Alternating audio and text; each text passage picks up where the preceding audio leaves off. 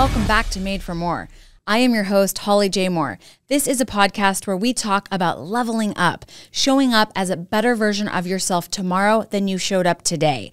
And today and every day, I am joined by my producer, Aaron Bender. We have seen you in Mob Boss pinstripes. We've seen you in sweatsuits, I think, right? No, I don't want to say sweatsuits. Well, no, the world has not seen me in sweatsuits. Yes. No. What did you wear for the Sandra episode? Like workout clothes? Workout clothes. Workout chic.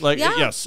Never in full denim head to toe. True. Double denim. I did a double denim situation today. Why? Why? Well, because we're going to be talking to an amazing entrepreneur, but at heart, he's a blue-collar guy. So his story is really cool and really inspiring. And I see your Easter egg coffee cup there. Never underestimate. That's right. And I'm sure in your career, and we talked about it, I think last episode, where you're working construction defect, you walk in your mid-20s talking to billionaires, and they're like, ugh, who's this kid? Yeah. Well, the reason why you never see me in denim is because I'm usually wearing a power suit. In my real work life, on the podcast, I get to change it up a little bit and have fun. But, starting lawyering at 26 years old, the only thing I could do is at least look the part because, being a 26-year-old blonde female, there was no chance anybody was ever going to listen to me. So at the very least, I just had to look the part. But, for a really long time, being underestimated was kind of my superpower. I am here today with Brian Streuter, and I'm going to let him introduce himself, but he is going to completely downplay everything. So let me just tell you from the jump, he is a mega entrepreneur, but he is probably the most humble and simple person that you will ever meet. So, Brian. Awesome. Hey, thanks, Holly. Thank you for being here. Thanks for letting me be here and all that. And I'm just excited to be here and all that. And yeah, I do own some businesses, and I'm not a serial entrepreneur or anything like that, but I definitely like to have fun and all that. And I like to be creative and keep things exciting and all that. So cool. So tell us, what businesses do you own? So I own a few different companies. One is as you know, the facility service company, yes. TWS Facility Services. We are a retail service provider for retail shopping centers and malls and apartment communities throughout the United States. Okay. We're in about 27 states. Okay. We have over, I think, between 350 and 450 employees or something to that. Yeah. It's gotten pretty big and all that. So I can barely handle 25 employees. You have 400. Mm-hmm, that's the big one and all that. And then we also have, we have a software company called REPORTRACK. Yes. I've had that for years of years. Actually, since back in 97, 98, we started that. So tell us exactly what is REPORTRACK? Okay, so REPORTRACK, what REPORTRACK does is it allows the service company to kind of monitor their field employees out in the field, whether on a property and all that. And it does two different ways. GPS kind of tracks them, but also we place these small little QR codes on their property so it can kind of show the employer exactly where they are throughout the whole property. It doesn't tell us that they're actually doing anything, but it just kind of tells us if they're there. Yeah. And if you can get them there on the property, then 9 out of 10, they're actually going to be doing something. Yeah. Our system also does videos and photos, and there's a work order system and all that built into it. But the really cool part about it for the service provider is that we're getting this information from our remote properties, but we actually can give access to our clients. So our clients can actually see what's going on. They can see, start time, end time, locations check, photos of the services, notes. It's kind of a really cool system because it's an accountability. Yeah. You have a management company that manages, say here in Corona, they might manage a property in Palm Springs, San Diego, and San Jose. Yeah. With our system, they can actually log in and they can see that all the services are, were completed. So from what I know about you, because I know you, we didn't just meet today. Absolutely. I know you. Yeah. You don't strike me as the techiest person in the world, and you're not a software geek. No. So, and we'll get more into this a little bit later, but how did this come to me? You just kind of saw a gap in this area and just decided this is the solution. So back in years ago, in 97, 96, whatnot, when I started my first maintenance company, there was kind of we would lose contracts because clients wouldn't know if if we did pressure washing services Yeah. once a month on They a didn't know shopping the work center, was getting they didn't done. know the work. The easiest thing back then was you take a little sticky note, you put it on a window to a tenant, and tenant then tells the manager, hey, they were there, they did the job. Right.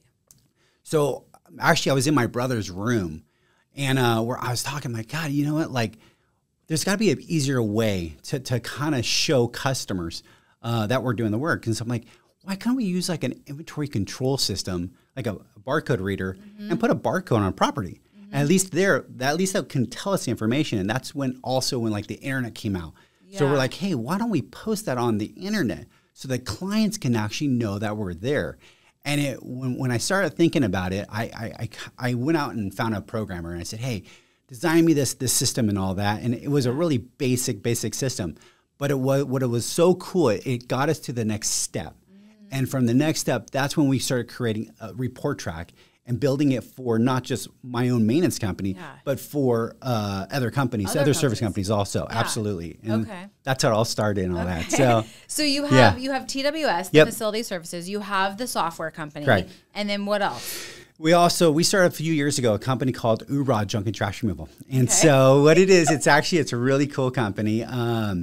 It's basically like we pick up trash, items from homes, residential homes and all that. Company. It's a junk company. Anytime somebody needs to get rid of a couch or a bedroom set or whatnot, or someone's moving and they got to just remove all the stuff, they contact us and we go out and remove all the items. It to me is like treasure hunting. I think it's absolutely awesome. It's actually, I did it probably for the first 3 months. I did all the calls myself. Yes. And because I want to learn the whole process of how you do it. How do you talk to a customer? Yeah. How do you remove the things out of the house safely and all that? Yeah. But I also, I was having so much fun. This is what I love about you. I would find so many cool things. I mean, I got items in the office that are like Voltrons and like cool little things that like you couldn't find them anywhere else. So it's absolutely treasure hunting. But so how we know each other is through a CEO group. Correct.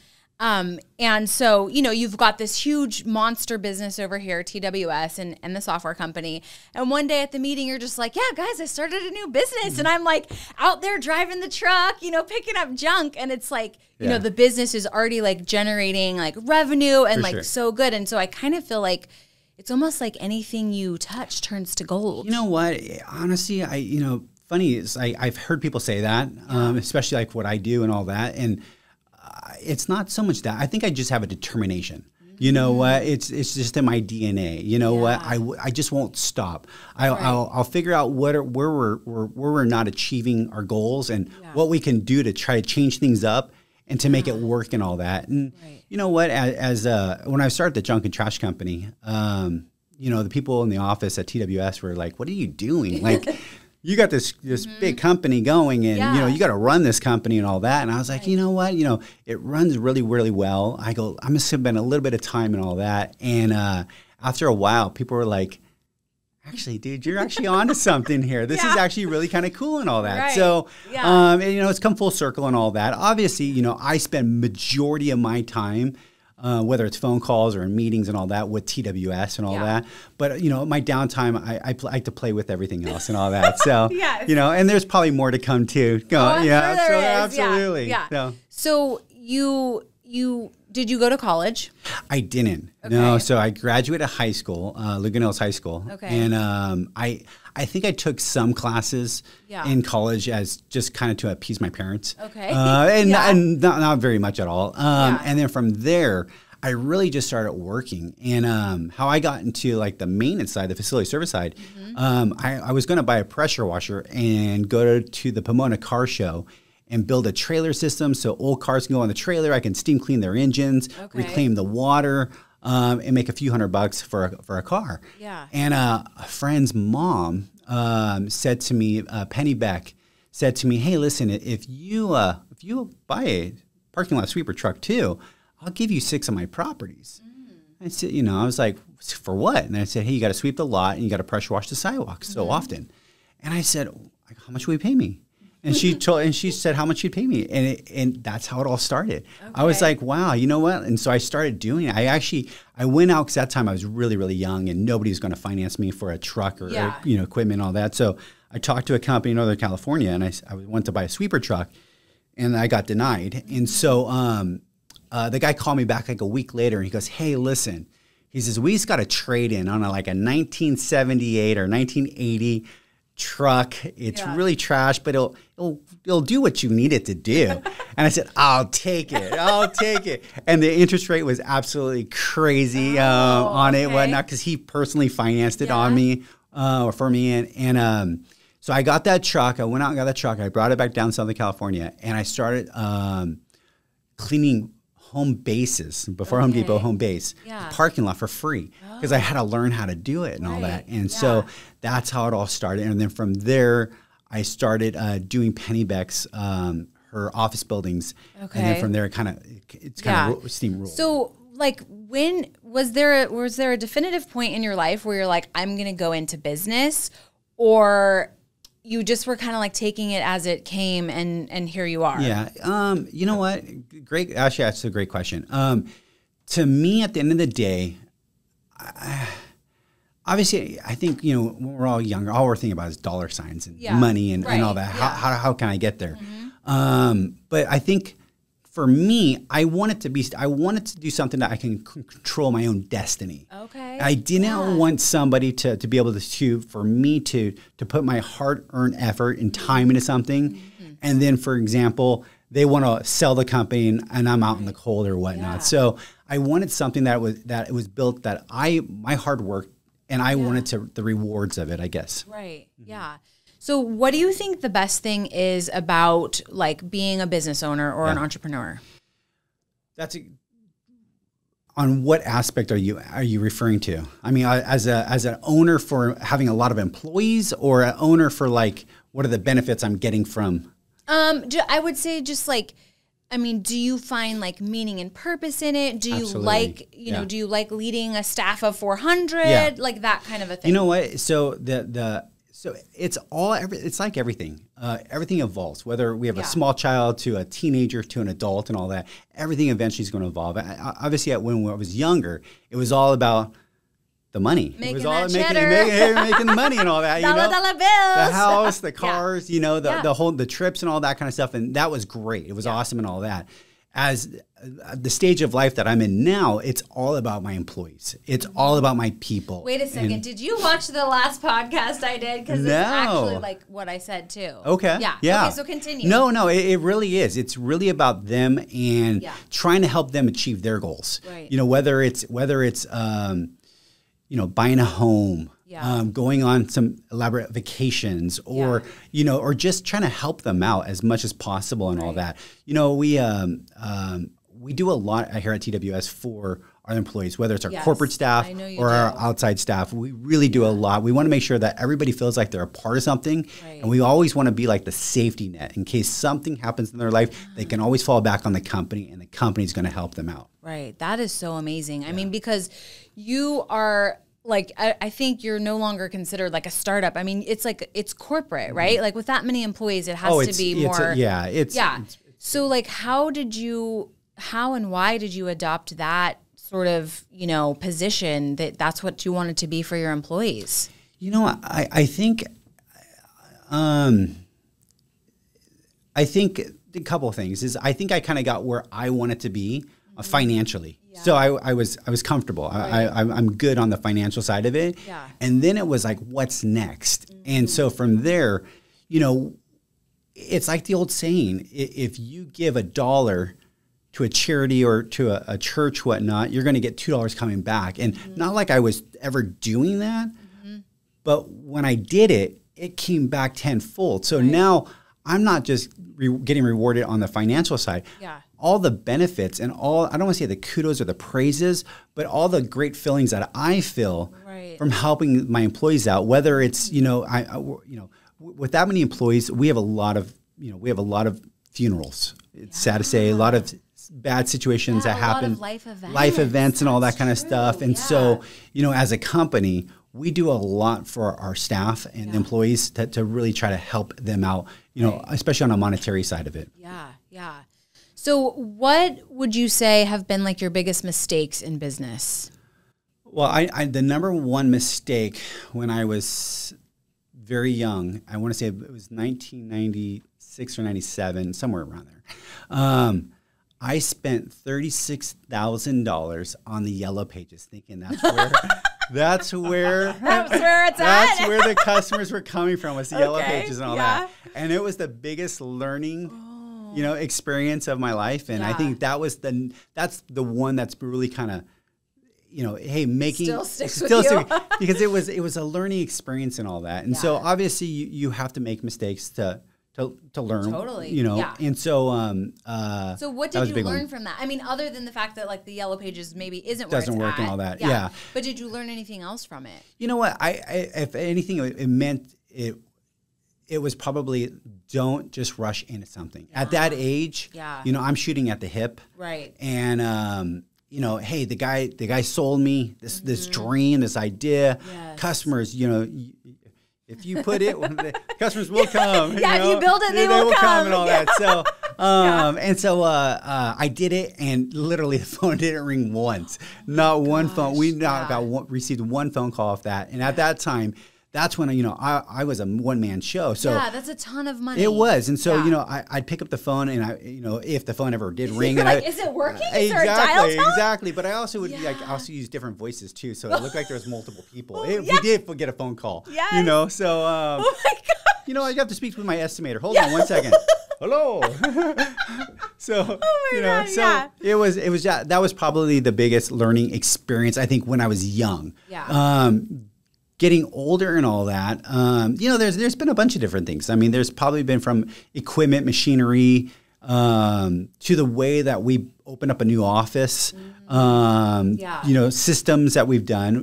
We're really heavy into SOPs. Okay, yeah. And so standard operating procedures. Yeah. So, we always are tweaking them, and we're always trying to make them more efficient, because at the end of the day, if it's us and we can figure out a way to streamline things, we're not just benefiting our company, we're benefiting our clients, we're benefiting the properties. Yes. It's a win-win for everybody and all that. So So if you, like, knowing what you know now with your wisdom and experience and like a few years under your belt, if you were starting TWS, or I guess really any company right now, and like starting to build a company, what would you do differently? Or how would you do it? You know what? That's a really good question.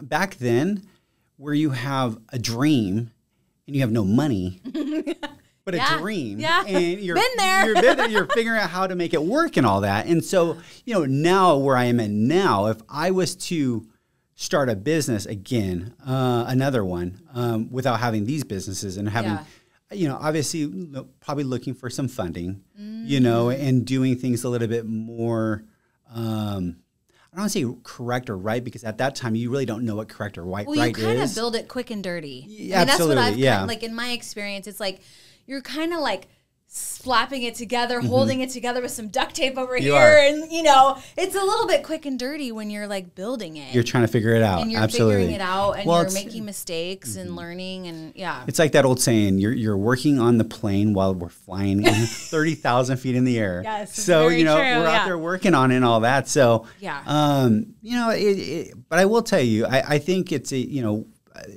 people wanting to get in a business or start their own companies and all that. I honestly, I commend them.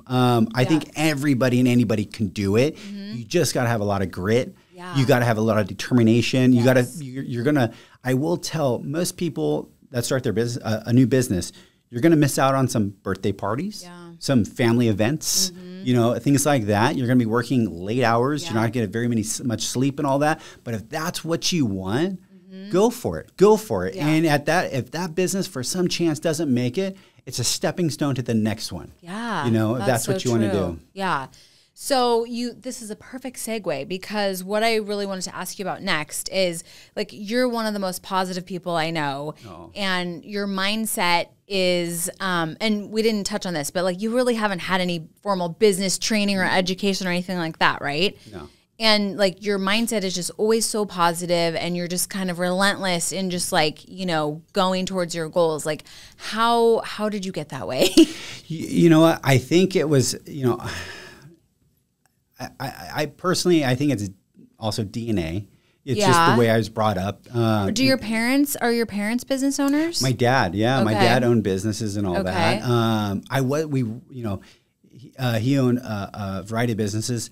We weren't really involved or knew much about that, but at the end of the day, I knew he owned a business. For me, I think it's I'm always looking at the cup as the half full. Yes, I know you are. Hey, what's the positive we're going to get out of this? I know. You're very positive. Yeah, and in the day, life is going to happen. Yeah. We're going to get hit with rocks and things like that. But guess what? I got home safe. Yeah. You know what? I got a wife and kids. Yeah. That I love, and I think that's the positive thing. And tomorrow something crazy at work could happen. We can lose an account.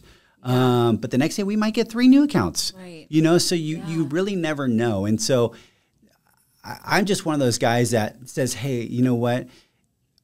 The world is going to do what it's going to do, but you can, I don't want to say act, but you can be what you want to be at any given time and all that. So to me, I'm always want to be a positive. I want to be inspirational. I want people to know, like, hey, listen, when it's the old, that thing too, is like when people says, oh, you're my friend. No, I really want to be your friend. I want to know exactly. If you have an issue, you call me. Hey, I'm there for you and all that. And if you're stuck somewhere, you make a phone call to me. I will come pick you up. Yes. And so just that's pretty much the way I live my life. Yeah. So and I think, and I've experienced that too, so I know that to be true. You have not been stuck anywhere. Well, that's true. That's true. Oh, well, I've called you for a couple things, and you're like, I got you, girl. I'm like, my daughter needs some horse stalls to muck. You're like, I got you. Absolutely. So I know that you do inspire a lot of other people. What inspires you? It's crazy. What inspires me, obviously somebody or something, whether it's a business, whether it's a person that can touch a lot of people for the positive impact. That's the number one. When we talk about money and we talk about the Elon Musks and the Michael Jordans and the Mark Cubans and the $1 billion and all that, that's envious, and that's like the grand monster comes out and go, wow, that's awesome and all that. Yeah. But there's only so much money. If you have, and I don't, but if you had $100 million or you have $500 million, you can still pretty much buy anything you want. Right. So the money it's cool and it's awesome, and it's just a number. But I think when people can touch other people to make a positive impact, I think that's absolutely amazing. And I think truthfully too, I think at the end of our days, 20 years later, somebody can say, hey, this person impacted my life and helped me make, raise my kids to be better, make my family better. And therefore they're making, this person, whatnot. It's a total like domino effect. It is. Absolutely. So, Well, I am positively sure there's a lot of people that say, Brian made a positive impact on me, and that's like trickling down to their family. So I hope keep doing what you're doing. Yeah, absolutely. One day at a time. Yes. Yep. Thank you so much for being here. No, I appreciate it. I've got just a little bit more to say, but I don't have a lot more to say because I'm feeling so inspired and almost speechless. Like, what leadership to be that humble and that concerned with the well-being of your staff, and to be so concerned with giving back is just so inspiring. We need more leaders like that in this world. We need more bosses like that in this world. And I would definitely say, without a doubt, like, Brian completely embodies, living up to his highest potential and being made for more. So please like, subscribe, comment, and don't ever forget, you were made for more.